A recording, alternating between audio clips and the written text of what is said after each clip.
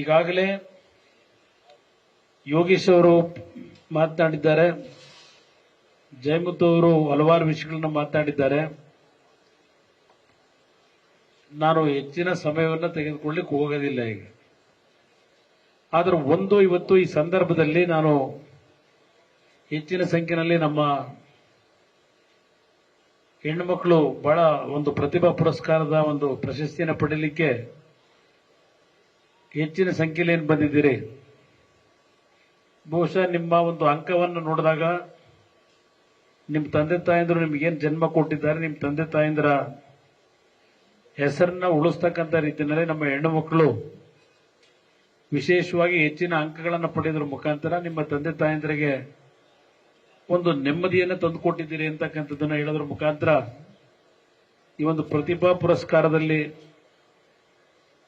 ಏನೊಂದು ಚೆಕ್ ವಿತರಣೆ ಕಾರ್ಯಕ್ರಮದಲ್ಲಿ ತಾವು ಸಂಘದ ವತಿಯಿಂದ ಒಂದು ಪ್ರೋತ್ಸಾಹ ಕೊಡ್ತಕ್ಕಂಥ ರೀತಿಯಲ್ಲಿ ಒಂದು ಆರ್ಥಿಕ ನೆರವನ್ನು ಕೊಡ್ತಕ್ಕಂಥದ್ದು ಹಲವಾರು ವರ್ಷಗಳಿಂದ ಮಾಡ್ತಾ ಇದ್ದಾರೆ. ಮತ್ತು ಹಲವು ಕುಟುಂಬದಲ್ಲಿ ನಿಧನರಾಗಿರ್ತಕ್ಕಂಥ ಸಂಘದ ಸದಸ್ಯರ ಕುಟುಂಬಗಳಿಗೂ ಹಣವನ್ನು ವಿತರಣೆ ಮಾಡ್ತಕ್ಕಂಥದ್ದು. ಮತ್ತು ನೀವು ಯಾವೊಂದು ಹಸುಗಳನ್ನು ಸಾಕಬೇಕಾದ್ರೆ ಹಸುಗಳ ಮರಣದಿಂದ ಆ ಒಂದು ಸಮಸ್ಯೆಗೆ ಒಳಗಾಗಿ ನೋವಿಗೆ ಒಳಗಾಗ್ತಕ್ಕಂಥ ಅದಕ್ಕೂ ಒಂದು ಆರ್ಥಿಕ ನೆರವನ್ನು ಕೊಡ್ತಕ್ಕಂಥ ಒಂದು ಯೋಜನೆ. ಬೆಂಗಳೂರು ಹಾಲು ಉತ್ಪಾದಕರ ಸಂಘದ ಆಶ್ರಯದಲ್ಲಿ ಈ ಒಂದು ಕಾರ್ಯಕ್ರಮ ಏನಿದೆ, ನಮ್ಮ ಸ್ನೇಹಿತರುಗಳು ಮಾತನಾಡಬೇಕಾದ್ರೆ ಇವತ್ತು ರೈತರು ಹಾಲನ್ನು ಉತ್ಪಾದನೆ ಮಾಡ್ತಕ್ಕಂಥದ್ರಲ್ಲಿ ಯಾವ ರೀತಿಯ ಶ್ರಮಗಳನ್ನು ಹಾಕಬೇಕಾಗಿದೆ, ಎಷ್ಟು ಕಷ್ಟಗಳಿದೆ ಅಂತಕ್ಕಂಥದ್ದನ್ನ ಈಗ ಹಸುಗಳಿಗೆ ಆಹಾರವನ್ನ ಸರಬರಾಜು ಮಾಡ್ತಕ್ಕಂಥದ್ರಲ್ಲಿ ಯಾವೊಂದು ಬೆಲೆಯ ಒಂದು ನಿಯಂತ್ರಣ ಇಲ್ಲದೆ ಹೆಚ್ಚಿನ ಒಂದು ಹಣವನ್ನು ಖರ್ಚು ಮಾಡಬೇಕಾಗಿದೆ. ಇವತ್ತು ನಿಮಗಿರ್ತಕ್ಕಂಥ ಹಲವಾರು ಸಮಸ್ಯೆಗಳ ಬಗ್ಗೆ ಚರ್ಚೆ ಮಾಡಿದ್ದಾರೆ. ಹೆಚ್ಚಿನ ರೀತಿಯ ಇರಬೇಕು ಅಂತ ಹೇಳಿ ಇವತ್ತು ಪಕ್ಕದ ಗುಜರಾತ್ನಲ್ಲಿ ಲೀಟರ್ಗೆ 56 ರೂಪಾಯಿ ಕೊಡ್ತಾ ಇದ್ದಾರೆ. ಅವರು ಖರ್ಚು ಮಾಡತಕ್ಕಂಥದ್ದು ಏನು ಖರ್ಚು ಮಾಡ್ತಾರೆ, ನಾವು ಅಷ್ಟೇ ಖರ್ಚು ಮಾಡ್ತಾ ಇದ್ದೇವೆ. ನಮಗೆ 31 ರೂಪಾಯಿ 32 ರೂಪಾಯಿ ಕೊಡ್ತಕ್ಕಂಥದ್ದು ಏನಿದೆ, ಕನಿಷ್ಠ ಒಂದು 50 ರೂಪಾಯಿ ಆದ್ರೂ ದೊರಕಿದ್ರೆ ನಮ್ಮ ರೈತರು ನೆಮ್ಮದಿಯಿಂದ ಬದುಕಬಹುದು ಅಂತಕ್ಕಂಥದ್ದು ಕೆಲವರು ಚರ್ಚೆ ಮಾಡೋದು ನಾನು ಗಮನಿಸಿದ್ದೇನೆ. ಇವತ್ತು ನಮ್ಮ ರೈತರು ಭೂಮಿಯನ್ನು ನಂಬಿ ಬೆಳೆ ಬೆಳೆಯತಕ್ಕಂಥ ಒಂದು ದಿನಗಳೇನಿತ್ತು, ಹಲವಾರು ರೀತಿಯ ಸಮಸ್ಯೆಗಳನ್ನು ನೀವೆಲ್ಲ ಎದುರಿಸ್ತಾ ಇದ್ರಿ. ಆದರೆ ಈ ಒಂದು ಹಾಲು ಉತ್ಪಾದನೆಯನ್ನ ಮಾಡತಕ್ಕಂಥ ನಿಟ್ಟಿನಲ್ಲಿ ಹಲವಾರು ರೀತಿಯ ಒಂದು ಬೆಳವಣಿಗೆಗಳು ಆದ ನಂತರ ಸ್ವಲ್ಪ ನಮ್ಮ ಗ್ರಾಮೀಣ ಪ್ರದೇಶದಲ್ಲಿ ನಮ್ಮ ತಾಯಂದಿರು ಒಂದು 4 ಕಾಸು ಸಂಪಾದನೆ ಮಾಡಿ ನಿಮ್ಮ ಮಕ್ಕಳ ಒಂದು ವಿದ್ಯೆಗೆ, ನಿಮ್ಮ ಕುಟುಂಬದ ನಿರ್ವಹಣೆಗೆ ತುಂಬಾ ಒಳ್ಳೆಯ ರೀತಿಯಲ್ಲಿ ಸದುಪಯೋಗ ಮಾಡ್ಕೊಳ್ತಕ್ಕಂಥದ್ದಕ್ಕೆ ಒಂದು ಅವಕಾಶಗಳು ದೊರಕಿತು.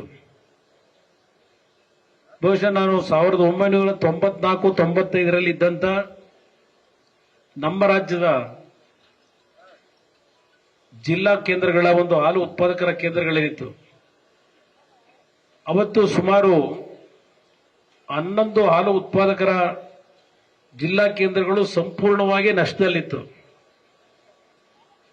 ಆ ನಷ್ಟದಲ್ಲಿದ್ದಂತಹ ಸಂಸ್ಥೆಗಳನ್ನ ಒಂದು ಲಾಭದಾಯಕವಾಗಿ ತರತಕ್ಕಂಥ ನಿಟ್ಟಿನಲ್ಲಿ ದೇವೇಗೌಡರು ಪ್ರಧಾನಮಂತ್ರಿಗಳಾದಾಗ ರೇವಣ್ಣ ಅವರು ಕೆಎಂಎಫ್ ಅಧ್ಯಕ್ಷರಾಗಿ ಇಡೀ ರಾಜ್ಯದಲ್ಲೇ ಒಂದು ಹಾಲು ಉತ್ಪಾದನೆ ಗುಜರಾತ್ ನಂತರ ಕರ್ನಾಟಕ ರಾಜ್ಯ 2ನೇ ಸ್ಥಾನಕ್ಕೆ ನಾವು ಬರತಕ್ಕಂಥದ್ದಕ್ಕೆ ಆಗಿನ ದಿನಗಳಲ್ಲಿ ಬಹಳ ಸಂಕಷ್ಟಗಳಿತ್ತು. ಈಗ ಅದು ಹೆಚ್ಚು ಕಡಿಮೆ 30-35 ವರ್ಷ ಆಗಿದೆ. ಆ ದಿನಗಳೆಲ್ಲ ಬಹಳ ಜನ ಮರೆತು ಬಿಟ್ಟಿದ್ದೇವೆ.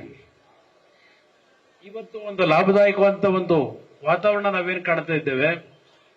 ಈಗ ನಮ್ಮ ಸ್ನೇಹಿತರು ಹೇಳಿದಂತ ರೀತಿಯಲ್ಲಿ ಇವತ್ತು ರಾಜ್ಯದಲ್ಲಿ ಸುಮಾರು 88 ಲಕ್ಷ ಲೀಟರ್ ಹಾಲನ್ನ ಇವತ್ತು ಉತ್ಪಾದನೆ ಮಾಡ್ತಾ ಇದ್ದೇವೆ. ಇನ್ನೊಂದು 20 ಲಕ್ಷ ಆ ಗುರಿಯನ್ನು ನಾವು ಮುಟ್ಟಿದ್ರೆ 1 ಕೋಟಿ ಲೀಟರ್ ಹಾಲನ್ನ ಉತ್ಪಾದನೆ ಮಾಡತಕ್ಕಂತ ಅವಕಾಶಗಳಿದೆ ಅಂತ ಹೇಳ್ತಾ ಇದ್ರಿ.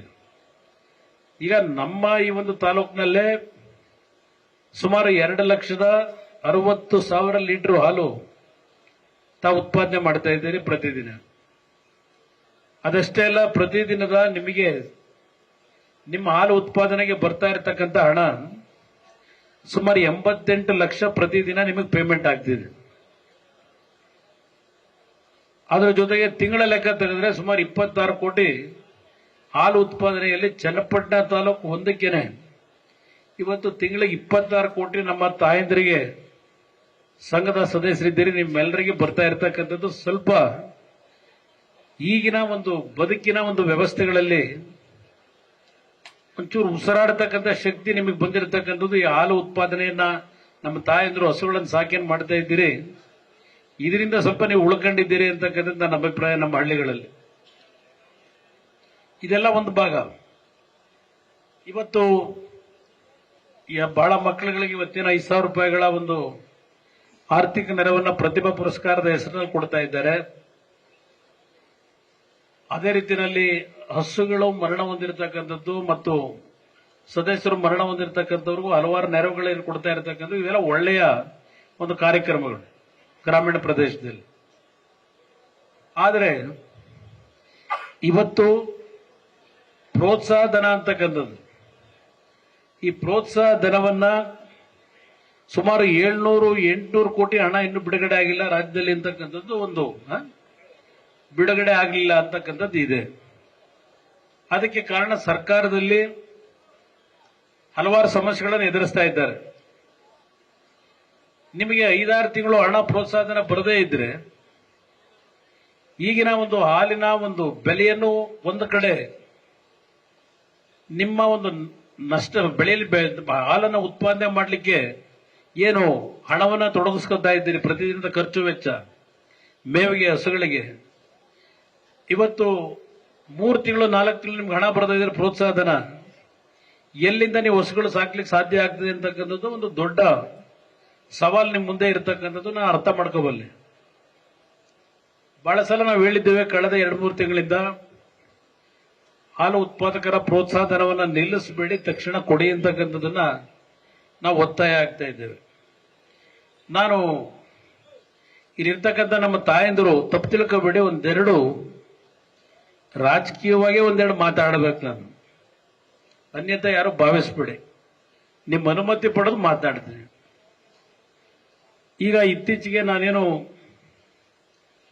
ಮಂಡ್ಯ ಲೋಕಸಭೆ ಚುನಾವಣೆಗೆ ನಿಲ್ಲಬೇಕಾದಂತ ಅನಿವಾರ್ಯ ಪರಿಸ್ಥಿತಿ ನನ್ನ ಪಾಲಿಗೆ ಬಂತು. ನಾನು ನಿಲ್ಲಬಾರದು ಅಂತ ಇದ್ದವನು. ಚನ್ನಪಟ್ಟಣದಲ್ಲಿ ಕಳೆದ 2 ಚುನಾವಣೆ ತಮ್ಮ ಆಶೀರ್ವಾದದಲ್ಲಿ ಶಾಸಕನಾಗಿ ಆಯ್ಕೆಯಾಗಿ ಮುಖ್ಯಮಂತ್ರಿಯಾಗಿ ಒಂದು 14 ತಿಂಗಳು ಕೆಲಸ ಮಾಡ್ಲಿಕ್ಕೆ ಅವಕಾಶ ದೊರಕಿತು. ಇದ್ದಂತ 14 ತಿಂಗಳ ಅವಕಾಶದಲ್ಲಿ ನೀವು ಕೊಟ್ಟಂತ ಶಕ್ತಿ ಏನಿದೆ ನನಗೆ ಆಶೀರ್ವಾದ ಮಾಡಿದ್ರಿ. ಸುಮಾರು 25,000 ಕೋಟಿ ರೈತರ ಸಾಲ ಮನ್ನಾ ಮಾಡತಕ್ಕಂಥ ನಿರ್ಧಾರ ಮಾಡಿ ಹಣವನ್ನು ಬಿಡುಗಡೆ ಮಾಡಿಕೊಟ್ಟೆ ಇಡೀ ರಾಜ್ಯದ ನಮ್ಮ ರೈತರ ಸಾಲ ಮನ್ನಾ ಯೋಜನೆಯಲ್ಲಿ. ವೇದಿಕೆ ಮೇಲೆ ಯೋಗೀಶ್ ಅವರು ಇದ್ದಾರೆ, ನಾವು ಯೋಗೀಶ್ ಅವರು ಇಬ್ಬರು ಒಂದು ಕಾಲದಲ್ಲಿ ನೇರವಾಗಿ 2 ಚುನಾವಣೆಗಳನ್ನು ಎದುರಿಸಿದ್ದೇವೆ. ಈಗ ನಾವು ಬಿಜೆಪಿ ಮತ್ತು ಜೆಡಿಎಸ್ ಪಕ್ಷಗಳ ಹೊಂದಾಣಿಕೆ ಆದಂತ ಹಿನ್ನೆಲೆಯಲ್ಲಿ ಒಟ್ಟಾಗಿ ನಾವು ಕೆಲಸ ಮಾಡತಕ್ಕಂಥ ಒಂದು ವಾತಾವರಣ ಇವತ್ತೇನು ನಿರ್ಮಾಣ ಆಗಿದೆ. ನಾನು ತಾಲೂಕಿನ ಜನತೆಯಲ್ಲಿ ಮನವಿ ಮಾಡ್ತೇನೆ, ಈ ಜಿಲ್ಲೆಯ ಈ ತಾಲೂಕಿನ ಜನ ವಿಶೇಷವಾಗಿ ಅತ್ಯಂತ ಸ್ವಾಭಿಮಾನಿ ಜನಗಳು. ನೀವು ಶ್ರಮಪಟ್ಟು ಕೆಲಸ ಮಾಡಿ ನಿಮ್ಮ ಕುಟುಂಬವನ್ನ ಗೌರವಯುತವಾಗಿ ಬದುಕ್ತಕ್ಕಂಥ ಒಂದು ವಾತಾವರಣವನ್ನು ಸೃಷ್ಟಿ ಮಾಡ್ಕೊಂಡಂತವರು ಈ ಜಿಲ್ಲೆಯಲ್ಲಿ ಪ್ರಥಮ ಸ್ಥಾನದಲ್ಲಿ ಇರ್ತಕ್ಕಂಥದ್ದು ನಮ್ಮ ಚನ್ನಪಟ್ಟಣ ತಾಲೂಕಿನ ಜನ. ನಾನು ಪ್ರಥಮವಾಗಿ ರಾಜಕಾರಣಕ್ಕೆ ಏನು ಕಾಲಿಟ್ಟೆ 95-96ರಲ್ಲಿ ಅವತ್ತು ವರದೇಗೌಡರು ಶಾಸಕರು. ಅದಕ್ಕಿಂತ ಮುಂಚೆ ಬೀಜಲಿಂಗೇಗೌಡರು ದೇವೇಗೌಡರ ಜೊತೆಗೆ ವಿರೋಧ ಪಕ್ಷದ ನಾಯಕರೇನಿದ್ರು ಅವರಿಬ್ಬರು ಒಟ್ಟಾಗಿದ್ದಂತ ಸಂದರ್ಭದಲ್ಲೂ ನಾನು ಹತ್ತಿರದಿಂದ ಚನ್ನಪಟ್ಟಣ ತಾಲೂಕಿನ ಒಂದು ಪರಿಚಯ ಇಟ್ಕೊಂಡಿದ್ದೇನೆ. ಪ್ರಥಮ ಬಾರಿಗೆ ನನಗೆ 96ರಲ್ಲಿ ಲೋಕಸಭೆಗೆ ಕಳಿಸ್ತಕ್ಕಂಥದ್ರಲ್ಲಿ ನಿಮ್ಮ ಪಾಲು ಬಹಳ ದೊಡ್ಡದಿದೆ. ಚನ್ನಪಟ್ಟಣ ತಾಲೂಕಿನ ಜನತೆ, ಈ ಜಿಲ್ಲೆಯ ಜನತೆ ನನಗೆ ರಾಜಕೀಯವಾಗಿ ಜನ್ಮ ಕೊಟ್ಟಂತದ್ದನ್ನ ನಾನು ಬದುಕಿರೋವರೆಗೂ ಮರೆಯಲ್ಲ. ನಾನು ಇವತ್ತು ಈ ಕಾರ್ಯಕ್ರಮಕ್ಕೆ ಬರಬೇಕಾದ್ರೆ ಬೆಳಗ್ಗೆಯಿಂದ ಬಹುಶಃ ಇಲ್ಲಿ ಕೆಲವು ಹೆಣ್ಣು ಮಕ್ಕಳು ಸಹ ಬೆಳಗ್ಗೆ ಬಂದಿದ್ರು ಮನೆ ಹತ್ರ. ಸುಮಾರು 1,500 ಜನದ ಮೇಲೆ ಬೆಳಗ್ಗೆ 8 ಗಂಟೆಯಿಂದ ಜನಗಳನ್ನ ಭೇಟಿ ಮಾಡತಕ್ಕಂಥ ಅನಿವಾರ್ಯತೆ ನನಗೆ. ಮಂಡ್ಯ ಚುನಾವಣೆಯಲ್ಲಿ ಅಲ್ಲಿಯ ಜನ ಇವತ್ತೇನು ನನ್ನನ್ನು ಆಯ್ಕೆ ಮಾಡಿದ್ರು, ಇಲ್ಲ ನಾನು ರಾಜೀನಾಮೆ ಕೊಡಬೇಕಾದಂತ ಅನಿವಾರ್ಯ ಪರಿಸ್ಥಿತಿ ಉದ್ಭವ ಆಗಿದೆ. ರಾಜೀನಾಮೆ ಕೊಟ್ಟಿದ್ದೇವೆ. ಈಗ ಅಲ್ಲಿಯ ಜನ ನನಗೇನು ಆಯ್ಕೆ ಮಾಡಿ ಇವತ್ತು ಕೇಂದ್ರದಲ್ಲಿ ನರೇಂದ್ರ ಮೋದಿ ಅವರ ನೇತೃತ್ವದಲ್ಲಿ ಒಂದು ಮಂತ್ರಿಯಾಗಿ ಕೆಲಸ ಮಾಡತಕ್ಕಂಥ ಒಂದು ವಾತಾವರಣ ನಿರ್ಮಾಣ ಆಗಿದೆ. ನಾನಿವತ್ತು ಕೇಂದ್ರದಲ್ಲಿ ಮಂತ್ರಿ ಆಗಿರ್ತಕ್ಕಂಥದ್ದೇನಿದೆ, ಇವತ್ತು ಕರ್ನಾಟಕ ರಾಜ್ಯದ ಜನತೆಯ ಒಂದು ಭಾವನೆ, ಬರೀ ನನ್ನ ಪಕ್ಷದ ಕಾರ್ಯಕರ್ತರು ಅಂತ ಹೇಳಲ್ಲ, ನನ್ನ ಬೆಳೆಸಿರ್ತಕ್ಕಂಥ ನನ್ನ ಜನ ಅಂತ ಹೇಳಲ್ಲ, ಇಡೀ ರಾಜ್ಯದ ಎಲ್ಲಾ ಭಾಗದಲ್ಲೂ ನಾನು ಕೇಂದ್ರದಲ್ಲಿ ಮಂತ್ರಿ ಆಗಿರೋದನ್ನೇ ಏನೋ ಕುಮಾರಣ್ಣ ಒಂದು ದೊಡ್ಡ ಮಟ್ಟದಲ್ಲಿ ಬೆಳೆದು ಬಿಟ್ಟ, ಈಗ ನಮ್ಮಿಂದ ಅವನಿಂದ ಏನು ಬೇಕಾದರೂ ಇವತ್ತು ನಮ್ಮ ಕೆಲಸ ಆಗುತ್ತೆ ಅಂತಕ್ಕಂಥ ಒಂದು ಆಸೆ ಇಡೀ ರಾಜ್ಯದಲ್ಲಿ ಪ್ರಾರಂಭ ಆಗಿದೆ. ಆ ಜನಗಳ ಒಂದು ನಿರೀಕ್ಷೆ ಇಟ್ಟುಕೊಂಡು ನನ್ನ ಹತ್ರ ಕಳೆದ ಒಂದು ವಾರದಿಂದ ಬರ್ತಕ್ಕಂಥ ನೋಡಿದಾಗ ನನಗೆ ಭಯ ಆಗ್ತದೆ. ನಿಜಕ್ಕೂ ಈ ಜನರ ಒಂದು ನಿರೀಕ್ಷೆಗಳನ್ನ ನಾನು ಮುಟ್ಲಿಕ್ಕೆ ಸಾಧ್ಯವ? ಇದನ್ನು ನಾನು ನೆನೆಸ್ಕೋತೀನಿ. ಭಯ ಆಗುತ್ತೆ. ಒಂದು ಕಡೆ ಕೇಂದ್ರದಲ್ಲಿ ಇವತ್ತೇನು ಮಂತ್ರಿ ಆಗಿದ್ದೇನೆ, ಬಹಳ ಜನ ಆಸೆ ಇತ್ತು. ಮಂಡ್ಯ ಜಿಲ್ಲೆ ನಮ್ಮ ರಾಮನಗರ ಜನ, ಕುಮಾರಣ್ಣ ಇವತ್ತು ಕೇಂದ್ರದಲ್ಲಿ ಮಂತ್ರಿ ಆದರೆ, ಕೃಷಿ ಇಲಾಖೆ ಸಚಿವರಾದರೆ ನಮ್ಗೆಲ್ಲರಿಗೂ ರೈತರಿಗೊಂದು ಒಳ್ಳೇದಾಗ್ತದೆ ಅಂತಕ್ಕಂಥದ್ದು ಬಹಳ ಆಸೆ ಪಟ್ಟಿದ್ರಿ. ಆದರೆ ನನಗೆ ಅಂತಿಮವಾಗಿ ಇವತ್ತೇನು 2 ದೊಡ್ಡ ಇಲಾಖೆಗಳನ್ನ ನರೇಂದ್ರ ಮೋದಿ ಅವರು ಕೊಟ್ಟಿದ್ದಾರೆ. ಬೃಹತ್ ಕೈಗಾರಿಕೆ ಮತ್ತು ಉಕ್ಕು ಸಚಿವನಾಗಿ ಇದು ಅತ್ಯಂತ ಸವಾಲು ಕಠಿಣವಾದಂತಹ ಮಾರ್ಗ. ಇದು ಅದೇ ನನಗೆ ಹೋಗಬೇಕಾಗಿರೋದು. ಕೇಂದ್ರ ಸರ್ಕಾರದಲ್ಲಿ ರಾಜ್ಯದ ಆಡಳಿತ ಇರತಕ್ಕಂಥದ್ದು ಒಂದು ರೀತಿ, ಕೇಂದ್ರದ ಆಡಳಿತವೇ ಬೇರೆ ರೀತಿ ಇದೆ. ನಾನು ಅಲ್ಲಿಯ ಆಡಳಿತಕ್ಕೆ ಸ್ವಲ್ಪ ಹೊಂದಾಣಿಕೆ ಮಾಡ್ಕೋಬೇಕಾದ್ರೆ ಆ ಸಿಸ್ಟಮ್ನಲ್ಲಿ ಸ್ವಲ್ಪ ಸಮಯವೂ ಬೇಕಲ್ಲಿ. ನಾನು ಅಲ್ಲಿ ಆ ಹೊಂದಾಣಿಕೆಯನ್ನ ಮಾಡಿ ಒಂದು ರಾಜ್ಯಕ್ಕೆ, ರಾಷ್ಟ್ರಕ್ಕೆ ಒಂದು ಒಳ್ಳೆಯ ವಾತಾವರಣವನ್ನ, ಇಡೀ ಯುವಕರಿಗೆ ಒಂದು ಉದ್ಯೋಗವನ್ನ ಸೃಷ್ಟಿ ಮಾಡತಕ್ಕಂಥ ಯೋಜನೆಗಳಿಗಿರಬಹುದು, ದೇಶದ ಆರ್ಥಿಕ ಶಕ್ತಿಯನ್ನು ವೃದ್ಧಿ ಮಾಡತಕ್ಕಂಥದ್ದಕ್ಕೆ ನಾನು ಕೆಲವು ಮಾಹಿತಿಗಳನ್ನ ಅಲ್ಲೇನು ಕೂತು ಕಚೇರಿಗಳಲ್ಲಿ ಕೆಲಸ ಮಾಡಬೇಕಾಗಿದೆ. ನಾನು ಅಲ್ಲಿ ಹೆಚ್ಚಿನ ಗಮನ ಕೊಟ್ಟರೆ ಇಲ್ಲಿ ನನ್ನ ಬೆಳೆಸಿರ್ತಕ್ಕಂಥ ಜನ ಎಲ್ಲಪ್ಪ ಕುಮಾರಣ್ಣ ಓಟ್ ಹಾಕ್ಸ್ಕೊಂಡು ಹೋದ ಪತ್ತೆ ಇಲ್ಲ, ನಮ್ಮ ಕೈಗೆ ಸಿಗ್ತಿಲ್ಲ ಅಂತ ಹೇಳ್ಬಿಟ್ಟು ನಾನು ಎಲ್ಲಿ ಹೋಗ್ಬೇಕು? ನಾನು ಇದು ನನ್ನನ್ನು ಕಾಡ್ತಾ ಇರತಕ್ಕಂಥದ್ದು. ಆದ್ರೂ ಒಂದು ಮಾತು ಹೇಳ್ತೇನೆ, ನ್ಯೂಸ್ ಫಸ್ಟ್ ನಿರ್ಭೀತಿಯಿಂದ ನಿಮ್ಮ ಪರವಾಗಿ.